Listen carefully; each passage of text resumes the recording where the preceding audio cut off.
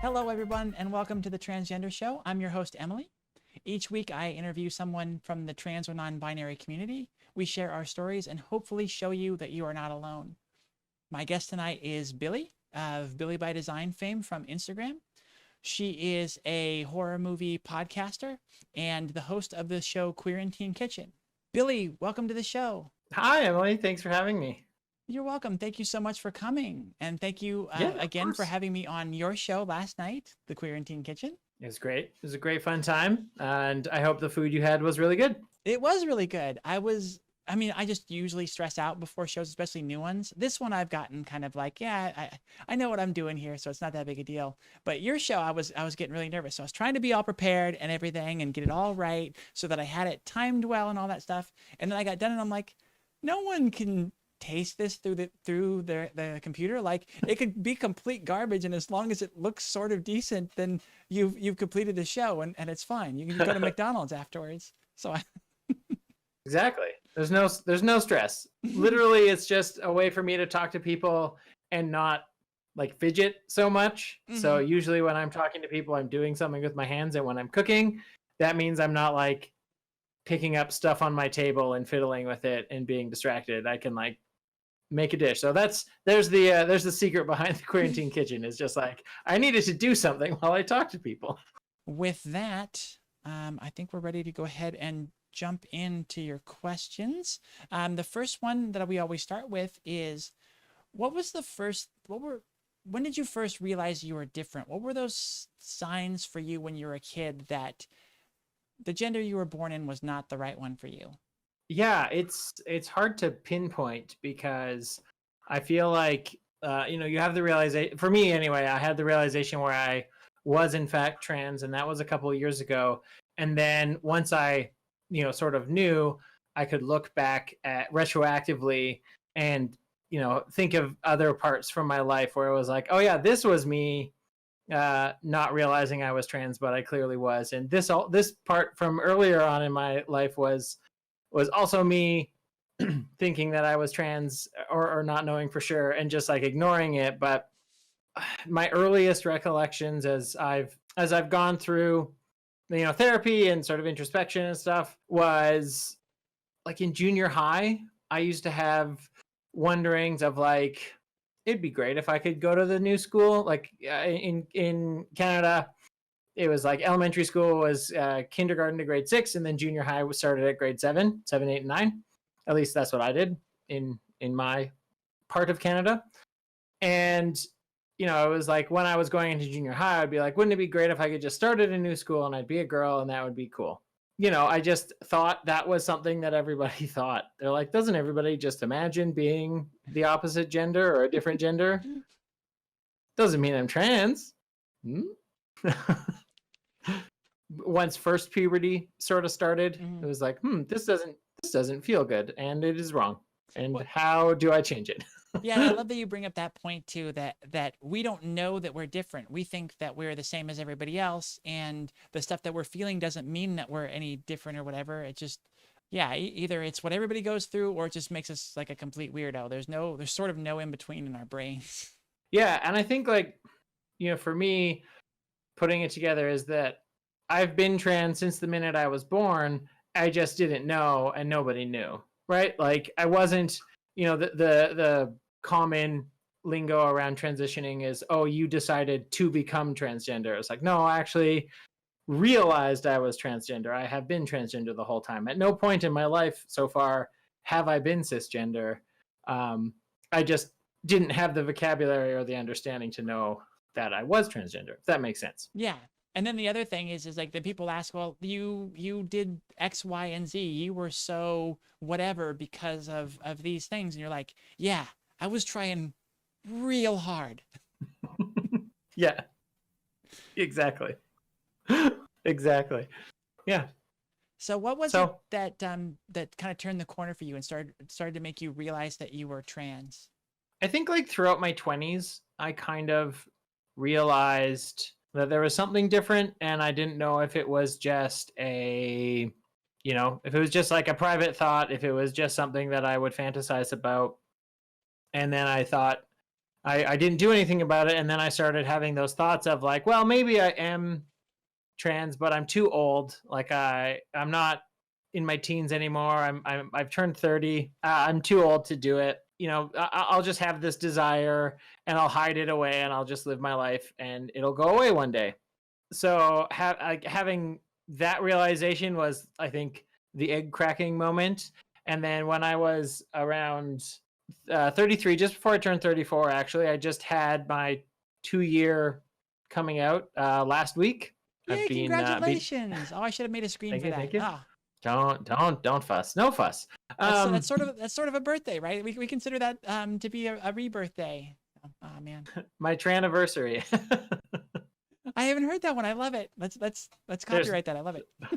No, that is not copyright me. I've heard that a million times. But I think just like I had started seeing things happen in my life that were pretty groundbreaking. Specifically, I guess this is like a trigger warning for talking about like death for some people. I had so just listeners and viewers be forewarned.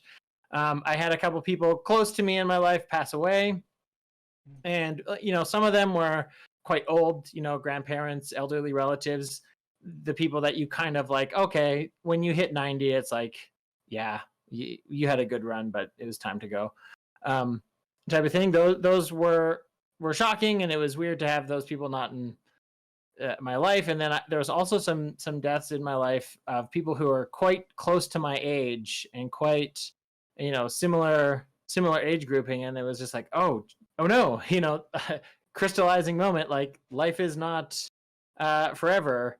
Then I started thinking, like, how do I want to live the rest of my life? And I just had to go for it. I just thought, if I don't go for it, it's going to make me depressed and send me down a path of all sorts of bad things. And I literally have nothing to lose. Well, I have everything to lose, but I'm gonna go for it. Yeah. And so one of those moments where you realize, life's too short and too precious to live it as someone else. Yeah. And also, like, I had a girlfriend at the time who, when I turned 30, I started getting like, crazy like nose hairs and like ear hairs. And, she was like, oh yeah, when guys hit their 30s, they like grow crazy like nose and ears hairs. And I was like, I don't want to be like an old man. Like that's no.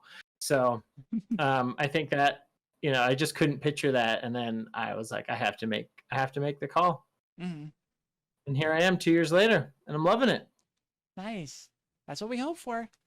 So, moving on to your coming out story, we'll talk about the various factions, to family, to significant others, to friends, and to work.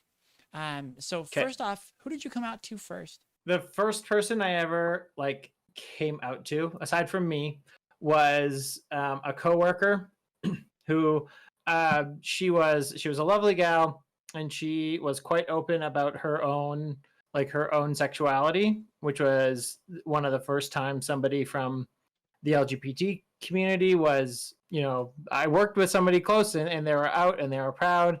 And she talked about how she was pansexual and what that was. And she did a lot of like, she was a relentless chatterbox. Anytime we were in the office, she was just like, chatter. She's a lovely, lovely girl, but you can't get a word in edgewise with her. But she just like shared so much of her life. And then I was like, okay, I'm out. I know that people have lost everyone in their life when they come out. It's really scary. I didn't want to come into my family right away. So I was like, okay, this girl seems like a safe bet. She's in the LGBT community. She's very understanding, very cool. Her partner used they them pronouns, or her partner's pronouns were they them. So I like was learning about singular they pronouns, and I was like, okay, if I can't come out to this person where the stakes are literally as low as they could get, even if she was like, ew, I don't want to talk to you ever again, I was like, okay, well, you're a work person, you're not like, you don't have an impact on my life outside of work. And so I tested the waters. I dipped the toe in the waters with her, and then it went really well. She was very supportive and very lovely. And nice. So she was the first.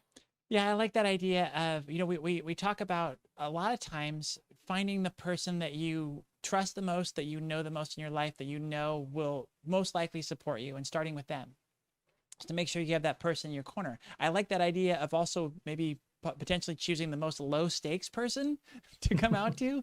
And I think that's sort of, I think I sort of struck a good balance between those two, with a friend that was like, yeah, like, I think it's going to go pretty well. I think that's a pretty easy one. And, you know, it was sort of a lower stakes situation. So who did you come out to next? Once you've had this friend that's behind you and supports you at work, did you then decide to come out at work, or did you go to family or friends? It was kind of a hectic time. December was when I sort of started coming out, and once I came out to my coworker, then I had started seeing a therapist online, and she was really, really helpful for me to like sort of map it out. And then I picked another low stakes person who was a friend and a previous coworker from years back, a longtime friend, and she was going on a teaching exchange to Australia for a year. And so I sent her an email once she was in Australia. And again, my thought was like, this is a person I trust very much and I love very much, and I have no doubt in my mind that she'll be supportive. And if she's not, she's all the way in Australia, so like, I don't care, you know. So again, easy. And then like for, you know, my family and my close friends, it was kind of like here and there every couple weeks for the first like 4 months. It was like a new person. I told my mom and dad in March, so that was like a few months in, because I had to work up the courage. And it was funny because I'm sure this is not an uncommon story to have, but when you're telling your coming out story, you don't do it once and then you're done. Like I don't think there's many people who are like, excuse me, everyone in my life, I have an announcement to make, and now it's done.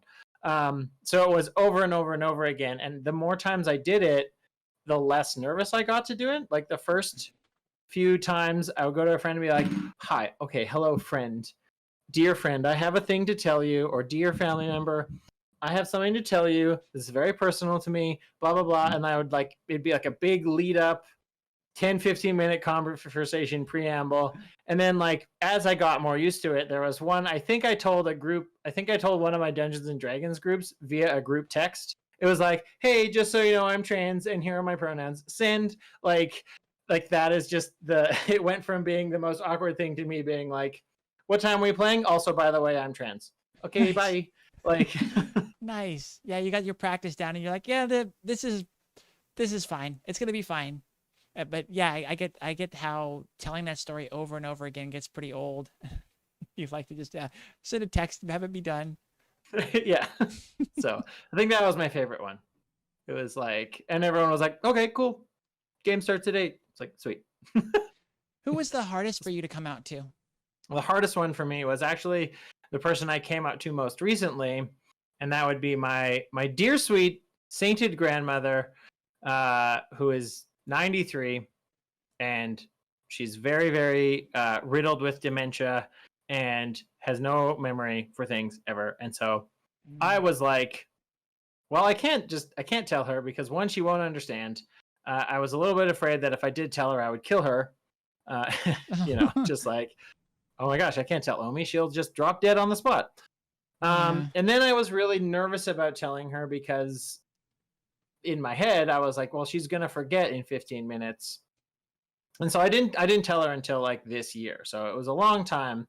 And there would be times when she would phone and I would just like brace for the coming misgendering that I knew was going to happen. I was like, okay, at some point she's going to call me her grandson, and I'm going to go like, ugh.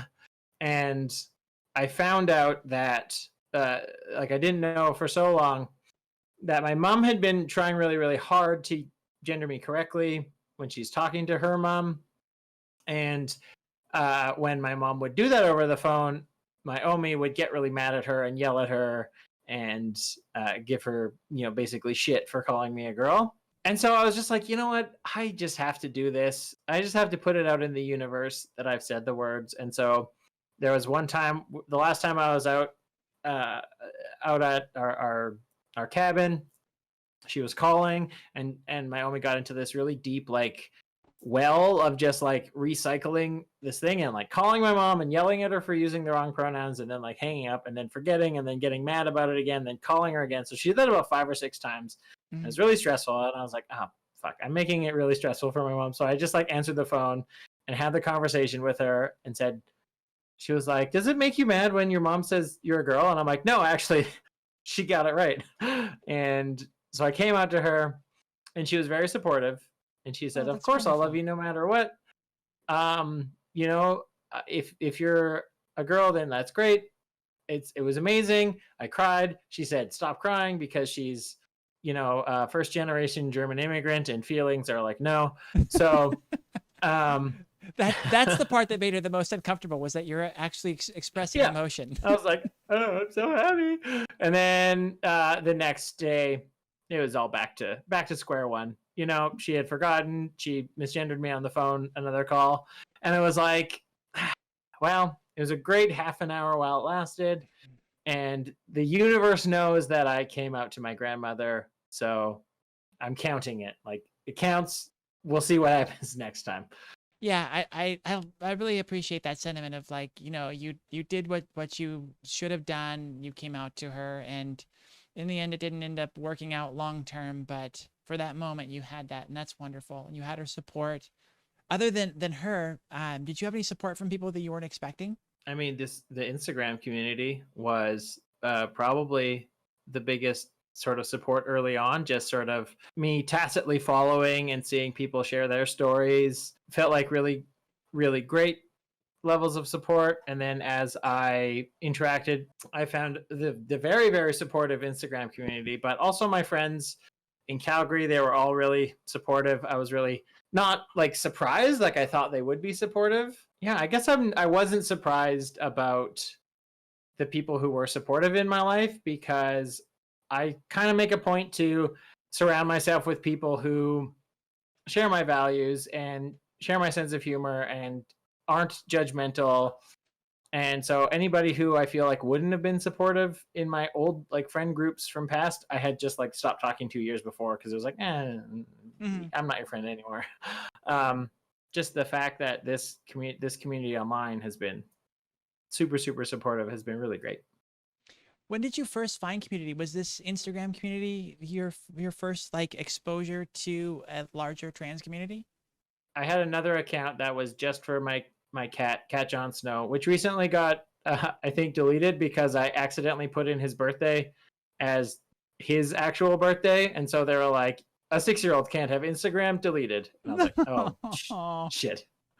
So the Cat Jon Snow Instagram got deleted, but I was following a lot of trans pages on there just because I was an ally, and just because I wanted to be supportive. So as I kind of just sort of lurked a little bit, I decided, once I came out to myself, I started my page way back, and just sort of it's grown from there slowly in the intervening 2 years. Yeah, you have a great deal of followers now, don't you? What's your numbers at right now? 4,400, Okay, something like that. I don't know nice. the exact number, but it's over 4,000, which was a nice thing. And when I started, I was like, I don't think 100 people will follow me ever. And I guess that some people like to follow me. I bet even some of them aren't chasers or bot accounts. I'd say the majority aren't chasers or bot accounts, but who knows? Mm-hmm. Who really knows how many followers there are? At this point now, how far along would you say you're in your journey? Just kind of ballparking, like middle, 3/4 of the way, near the end. Where do you feel like you're at?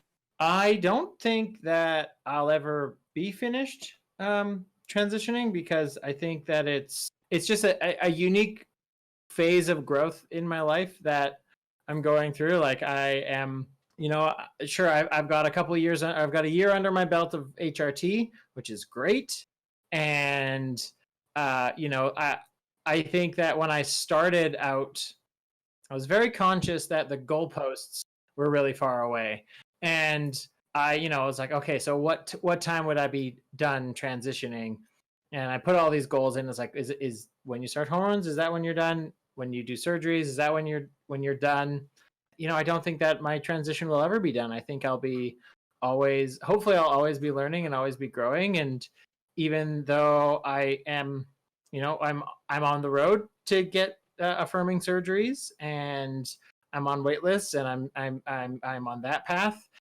I feel like once those are completed, then the transition's not necessarily finished. It's just in a different phase. So in terms of like percentage, I don't know. If I live to be 100, I guess I'm 35% of the way done.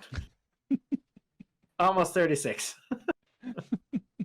Sounds like an oddly specific number. What could that mean?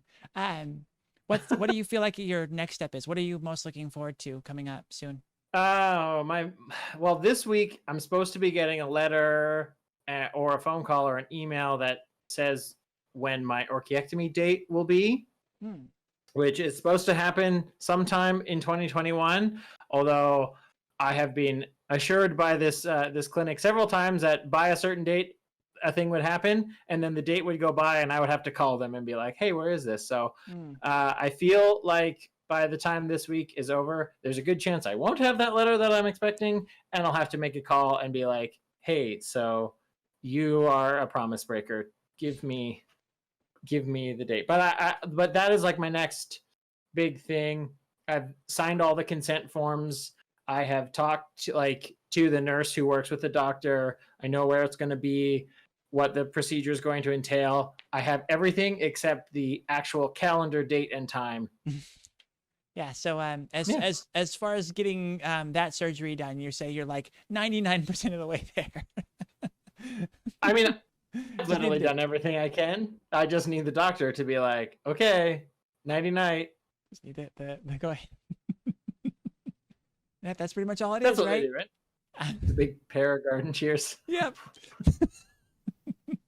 So, what are some of the key fears you've run up against during your transition? Everyone under the sun was going to abandon me and not want to be around me and not support me. And that fear, I'm happy to say, did not come to pass. I was, I had convinced myself when I first came out, I was like, even if everybody leaves me, my cat doesn't know how to feed himself. So he's still on my side because I know where his food is. And I was, again, overwhelmed by the love and support I got from all corners of my life, which was really, really lovely. I had fears that HRT wasn't going to work for me. I was like, what if I'm like the one case in a million where it's just like your body's like, no HRT, no changes. So I've been happy to see some of those fears assuaged a little bit by looking in the mirror and feeling more comfortable in my own skin and feeling more happy with the way I look on the outside, which is really great. And then, I guess the fears of just, being called out in public or being harassed they're always in the back of my mind. And I have sort of, knock on wood, I haven't had any unfortunate run-ins. I've had the odd troll and hate comment on my Instagram, of course, but hey ho, that's the internet for you. But I realized pretty quickly on that most people going about their day-to-day lives don't pay any attention to you. Like, I don't pay attention to people around me when I'm out and about. I am just like, you're all doing your thing. I'll keep an eye on people. If I can sense when somebody's like walking towards me to like talk to me, like those people who want to see if I have a second to talk about the rainforest or whatever, and I'm like, no. So I can sort of tell when somebody's coming towards me. That kind of activates a little bit of a radar. That was my progesterone alarm. I have to take that pill. So I'll do that at the break. Okay. Remind me if I forget, though.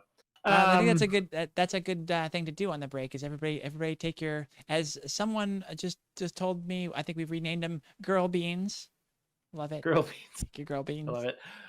Take your Girl Beans. But no, like people are busy with their own lives and they're not paying too much attention to just another passerby. So I just go about my life. And I have been very lucky so far. I live in a very welcoming neighborhood. I feel very safe here. So Mhm. I know that's not the case for everybody, and that breaks my heart. But I try to make up for it by being just like as visible as I can be. Mhm. And as shitty as COVID has been, it's really helped people not like come up to you in public. Everyone's staying 6 feet away. So, Mhm. uh, you know, I guess silver linings. Yeah, and that's another thing Um, that we've talked about several times in my friends group is just how many fewer times you get misgendered while you're wearing the mask. There's something about covering the probably the 5 o'clock shadow or just the strong mhm, jawline or whatever, where you get gendered correctly so much more, and it's like, okay, this is kind of nice, weird, pretty yeah, nice. silver lining on a dark cloud, but still kind of nice. Yeah, very dark cloud. I think you bring up Um, a really important point. I'm gonna finish cutting you off here in a second, but about how easy it is to fear what other people are thinking and like the looks they're giving you or the lack of eye contact they're giving you. And it, I had some time where I was swinging back and forth on the fence a little bit, and I would go in guy mode, and I realized that everybody was acting the same way towards me, regardless of what I was wearing or all that kind of stuff. So, yeah, you can't attribute too much of it to the fact that you're trans. Just know that they're going about their day, and it's no big deal. I remember the very first time I went out, I wore not even a tinted chapstick, a flavored chapstick, and I was like, "Oh my god, everyone is going to notice and everyone's going to know." Like, how ridiculous was I being back then? But I was, worried that somehow I would be called out, Mm-hmm. and people would point. It'd be like the Body Snatchers movie from the '70s with Donald Sutherland. Like, but no, I found out that like coming out was the scariest thing I could have done. So everything else since that has been less scary. Nice. Yeah, that's kind of what you hope for, and that's the best thing is that you realize that it wasn't that big a deal, and then after that, it definitely gets easier. Especially, like you said, the more people you tell, you get the story down, but also you just realize that the stakes aren't as high as you had feared originally. So, All right. how have your transition goals shifted as you've moved along? Has anything kind of moved around in your priorities or what you kind of set as goals? Yeah, I think that sort of my own relationship with my body and my presentation has changed a little bit. Like when I started, I was like, I am, never going to look like a girl. I'm always going to look like a boy pretending to be a girl. Mm-hmm. And I was really, again, I was really worried HRT is not going to work for me. I'm not going to be able to see any results. And just that whole sort of concept of passing has been um, banging around in my head quite a bit, and then especially recently with the recent like Trans Visibility Week of there was Eva Echo, who is she's out of the UK. She did this like Pass It On campaign, and it talked about like what does passing mean to you, how has it affected you, and just got me sort of thinking a little bit more about passing and how if your goal is to pass, then awesome, I fully support you. But for me, I'm like, I want to just feel happy in my body and feel beautiful and feel loved in my body, and just look away that makes me happy. And I don't need to pass as cisgender because I'm not. Mm-hmm. I am transgender, and I'm proud to be transgender, and happy. I don't mind if people know, and if they have a problem with it, then that's exactly what it is. It's their problem. And like that's not to say like you can ignore everybody who has a problem with you, because there is a very real danger about being trans, especially in a lot of parts of the world. I feel very lucky to be Canadian, very Mm-hmm. privileged to be Canadian, where people don't care or are too polite to say anything.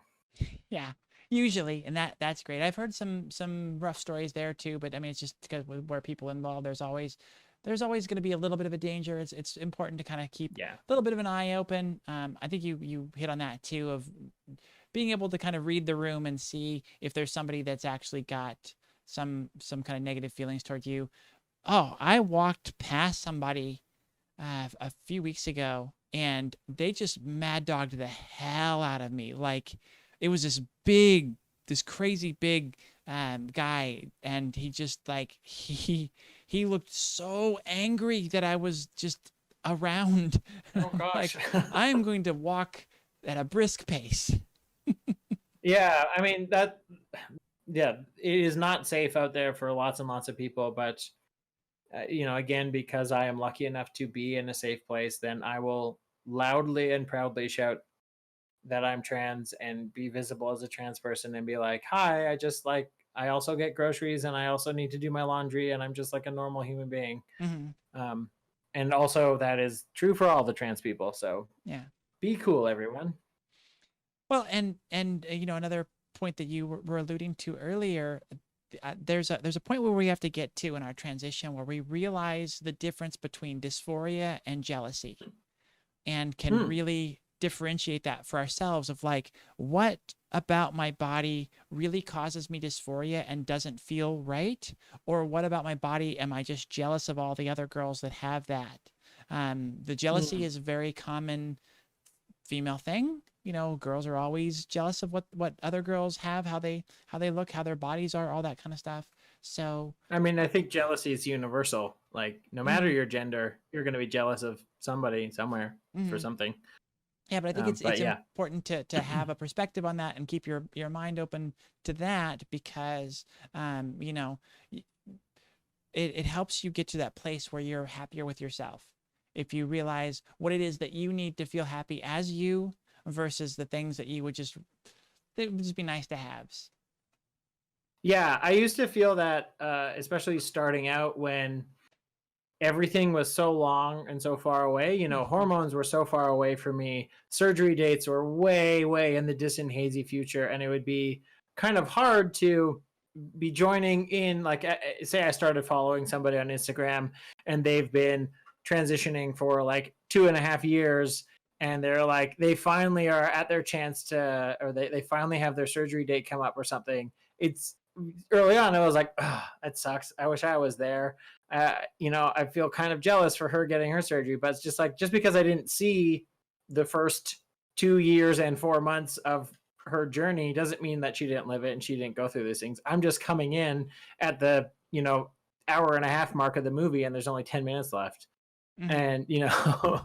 And, um, so I just had to like shift the perspective and the idea that like I am only comparing myself to who I was before, not like anybody else, Mhm. because all of the paths have different starting times and different distances. And Yeah, and then there's just so much of it that we can't control. Like, I mean, just the logistical stuff for you of getting the appointments with the doctors and getting the date set for something that you have all the paperwork filled out for, versus the fact that our bodies are all different.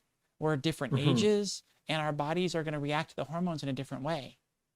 Yeah. So you just, yeah, it's so much more important to focus on, to know what it is you want and need to feel like the true your true self, and then focus on how far you've come from where you were, and stop Mhm.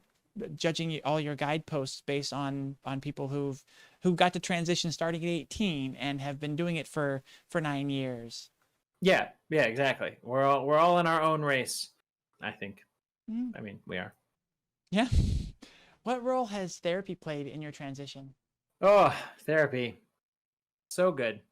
Therapy was so beneficial.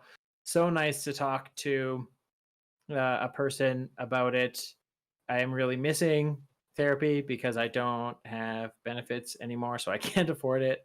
But just to like sit down with somebody and talk and have it be like a person who has no stakes in your life. Like, my therapist was like happy for me when I shared my triumphs and commiserated with me when I was sad about stuff. But I'm a patient.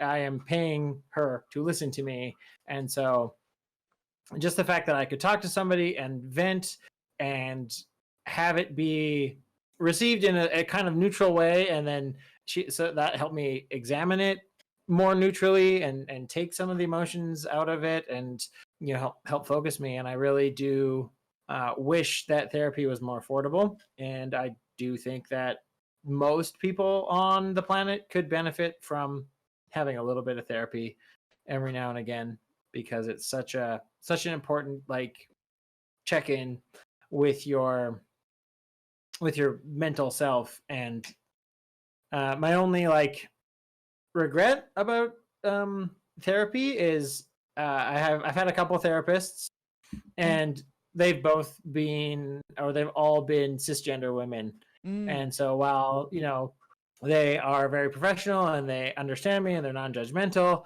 they don't quite have the same understanding of being trans. They are just like very, very compassionate observers, and I think they're very empathetic. But it's actually inspired me to look into going back to school and maybe taking a couple psychology courses to like be a therapist one day. Hopefully, I have letters out to schools. I'm waiting to see if I got in, but.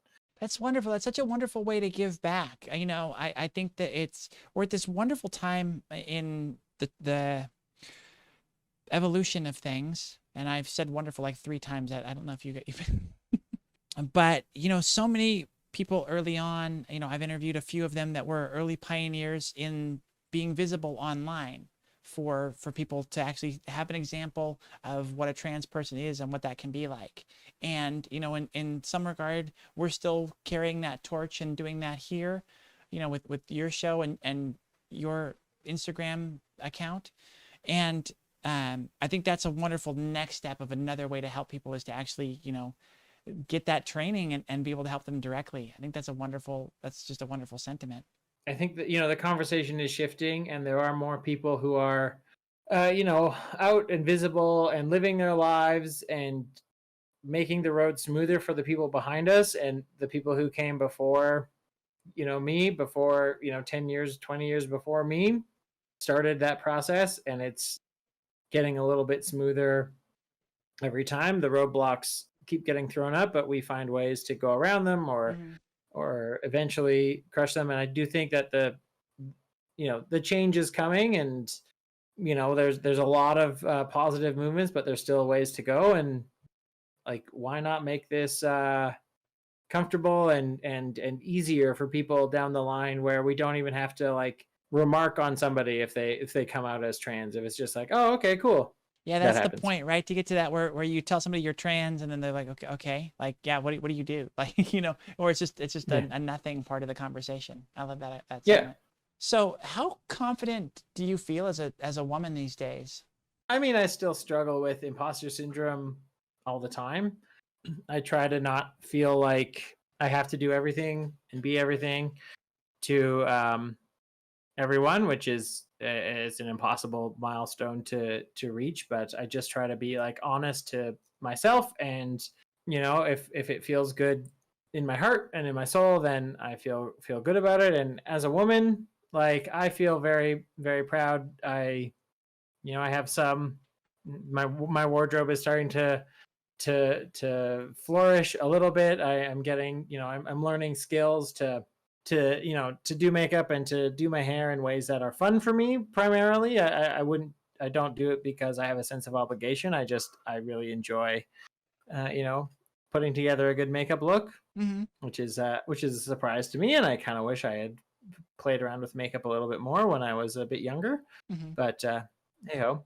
And I would say, like, I am confident. I find that when I'm dealing with people on the phone, especially like with name change stuff, I've been doing a lot of name change stuff this year, and it's really the first couple of times it was hard to build up the courage to be like, okay, I have to like change my name, and I'll have to like tell someone I'm trans. And now I'm just like, there's like I'll get an email and it'll be addressed to my dead name, and I'll be like, okay, I'll either find the way to change it, or if I can't, I'll just write an email, be like, hey, I'm trans and I changed my name, so you should also change my name. Thanks.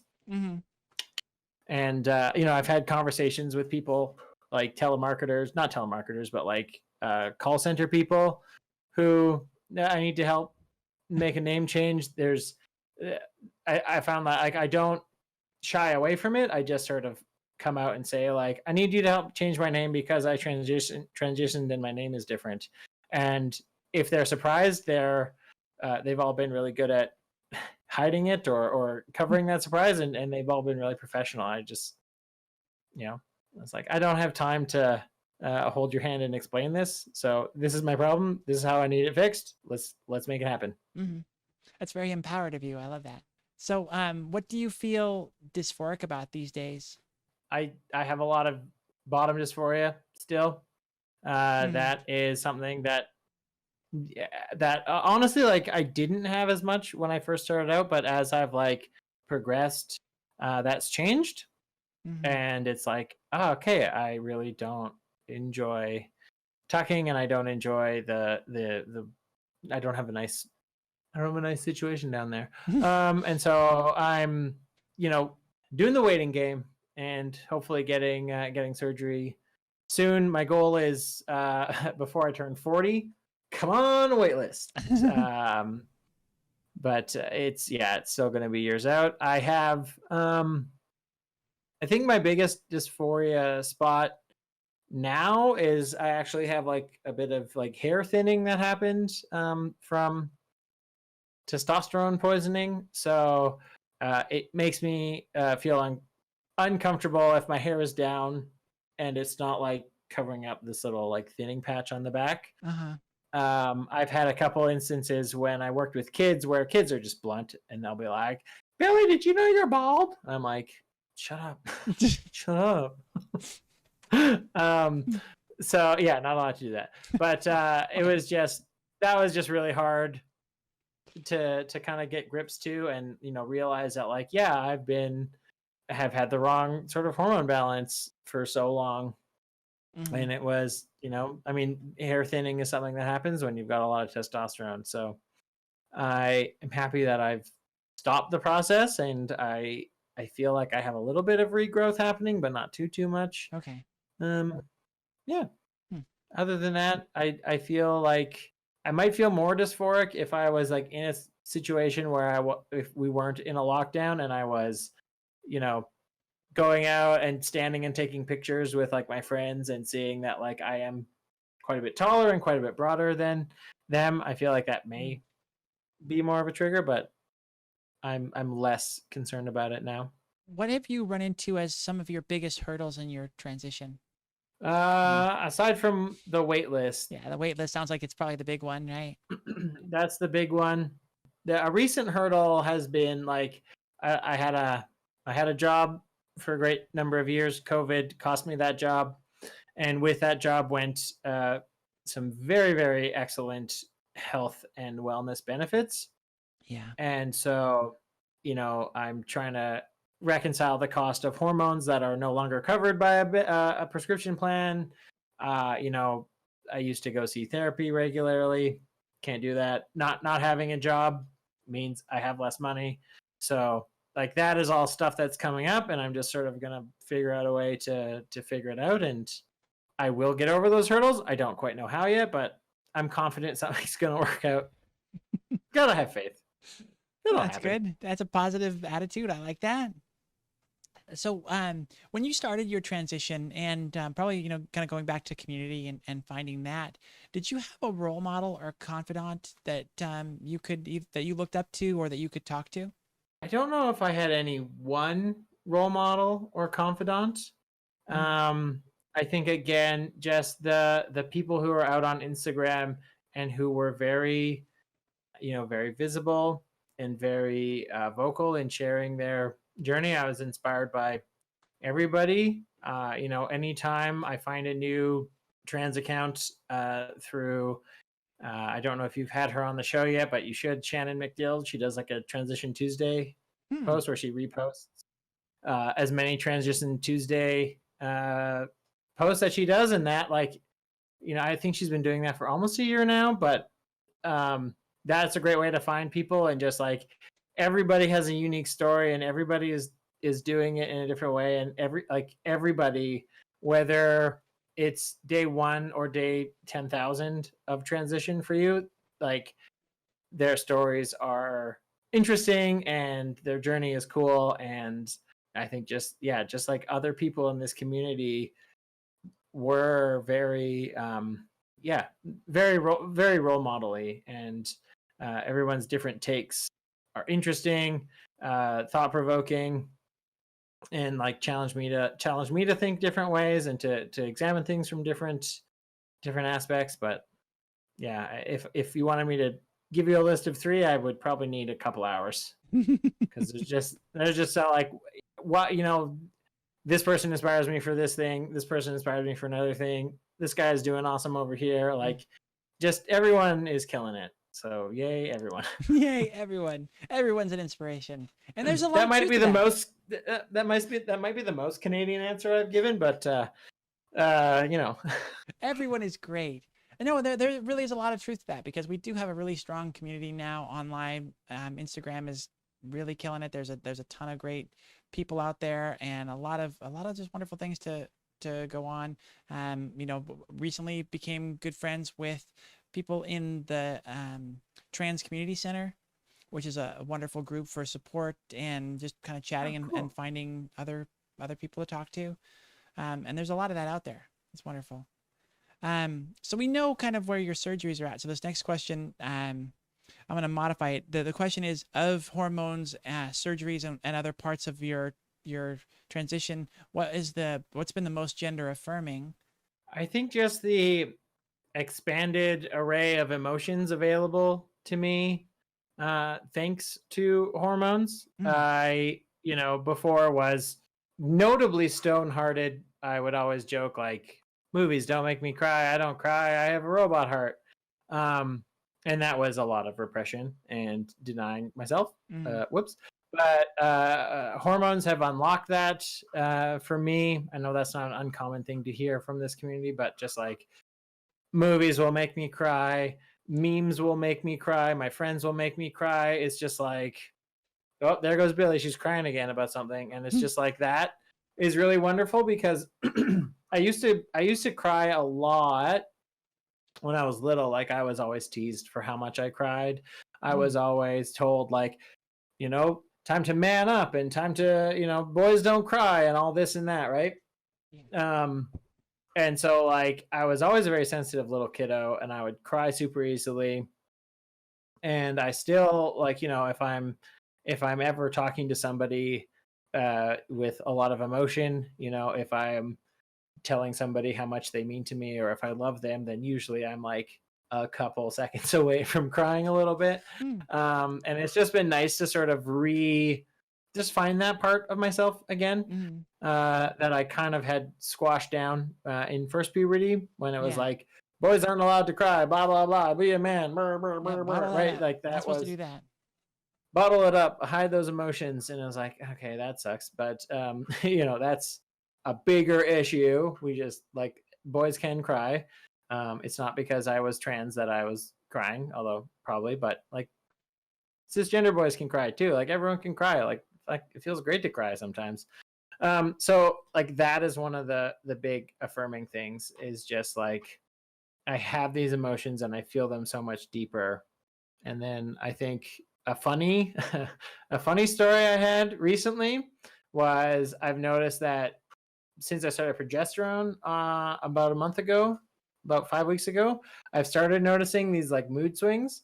And I had a moment with my mom a couple weeks ago where we were talking about something and we got into a little bit of an argument, and I like started crying and said she didn't understand me, and like ran to the bathroom and slammed the door and just sat there. And I was like, oh my God, I just had a teenage girl puberty moment where I yelled at my mom, and then I just started laughing uncontrollably because it was so absurd. And I was like, I'm 35 and I'm having puberty times. This is wild. And so that was affirming. Oh, that's wonderful. And then I told my mom I was sorry after. I was like, I'm sorry I had some puberty. I love you very much. We had a little moment there, and yeah, now we're beyond that. Now we're all good. I think that leads pretty well into the next question. What were some of the biggest learning curves that you've had, or things you've had to get used to during your transition? How not other than to sudden stab violent myself? mood swings, I guess. Well, yeah, other than that. How to not stab myself in the eye putting on mascara. Mm. I think was a big learning curve, which I realized I forgot to put mascara on tonight, but that's okay. Makeup was a big learning curve. Wardrobe is also a big learning curve. Those are all very cosmetic things though. And just like through trial and error, you get through there. I think like navigating some of the new emotions was a little bit hard Okay. to do. And then the non sort of trans side of my life in the last 2 years is I've, been learning a couple more technical skills, learning how to edit a podcast, learning how to like go live, learning how to stream stuff. Like these are all learning curves that I've embarked on, and they're not as steep as I thought they were, but it's still like, oh, I have to figure this out, or I have to figure that out. And that's been kind of cool. Mm-hmm. How do you feel that transitioning has affected your mental health? It's improved it by like 1,000,000%. Hmm.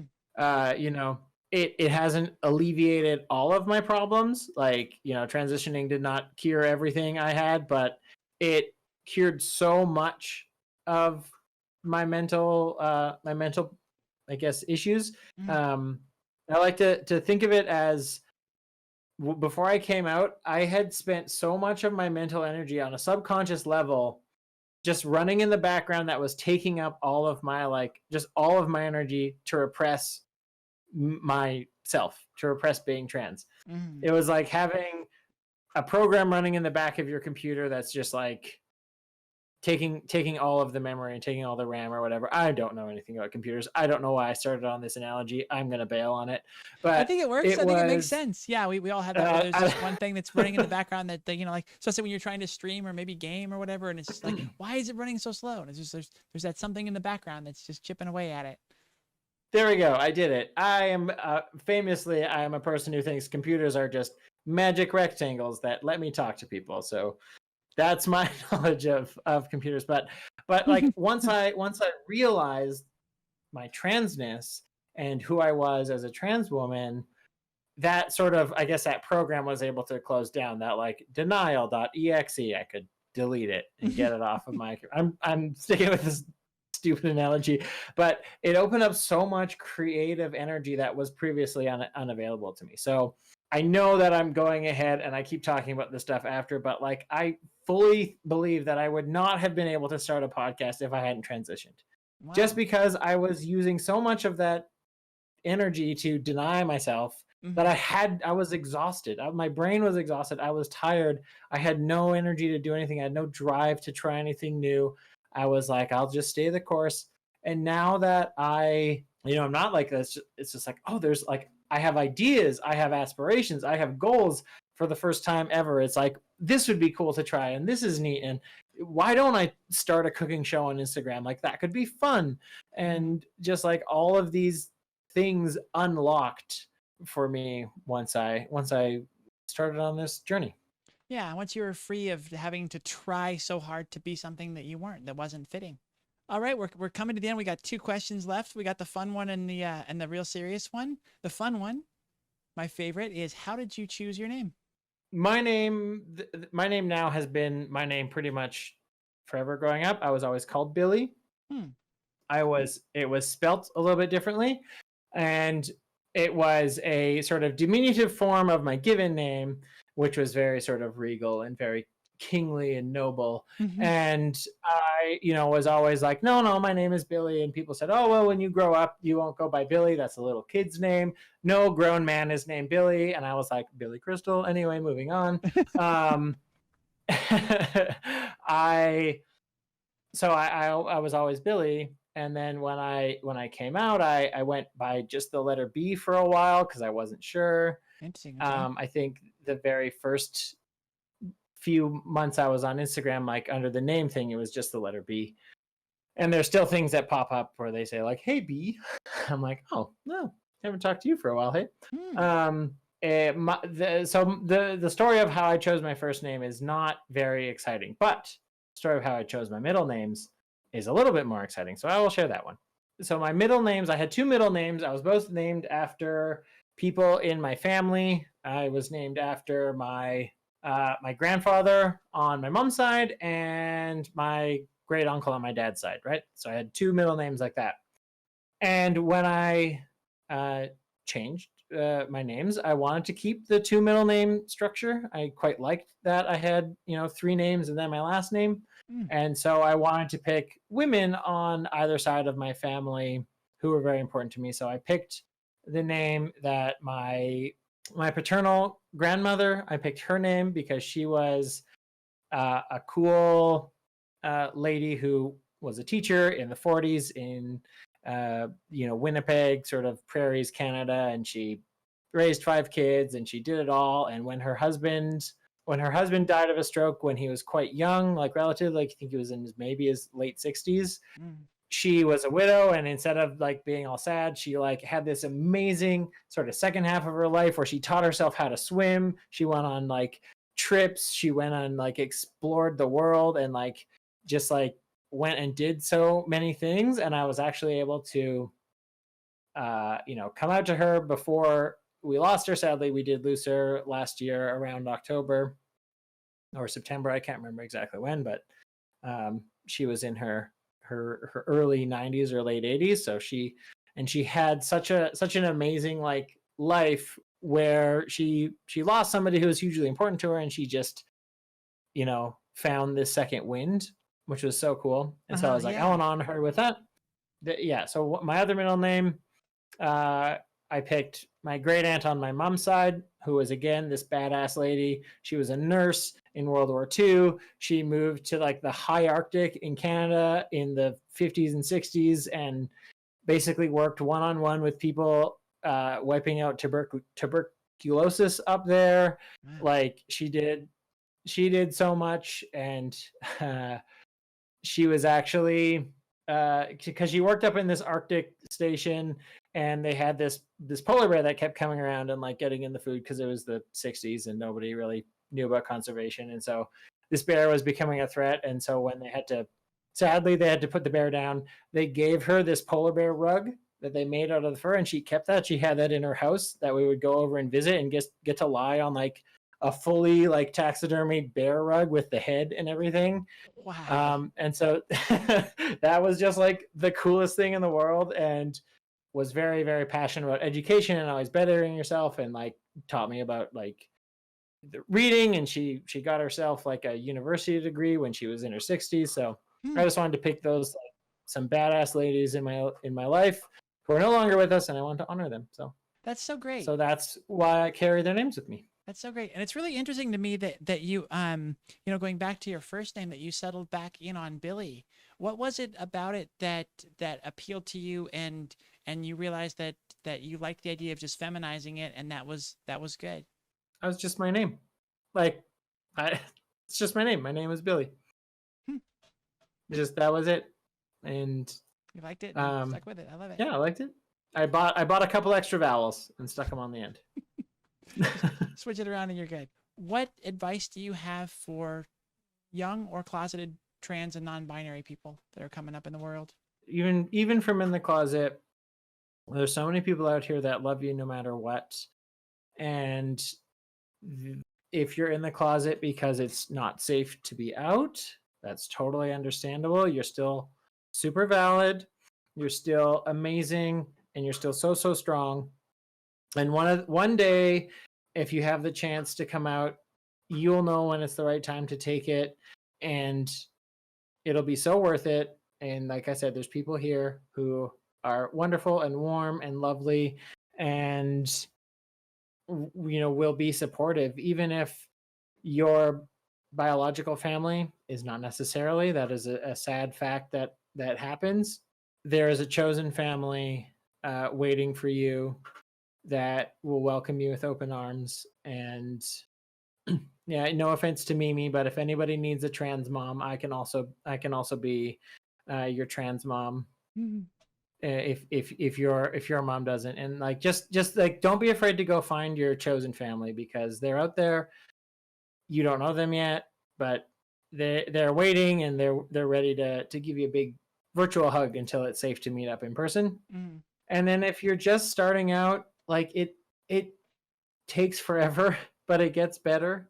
It takes so long, and there's going to be day after day, you'll feel like nothing is happening and you're not going anywhere.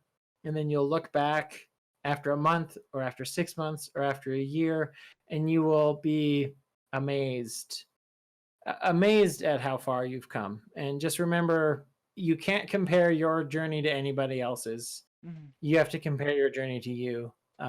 So just hang in there. It takes so much strength to come out and to be who you are. And that's really, really something that should be celebrated, Mhm. something to cheer. Another thing that I loved in the pre-interview that we did that you talked about was knowing yourself and trusting that. Yes. See, I don't remember anything I say, but yeah, thank you for the reminder. Yes, you know yourself.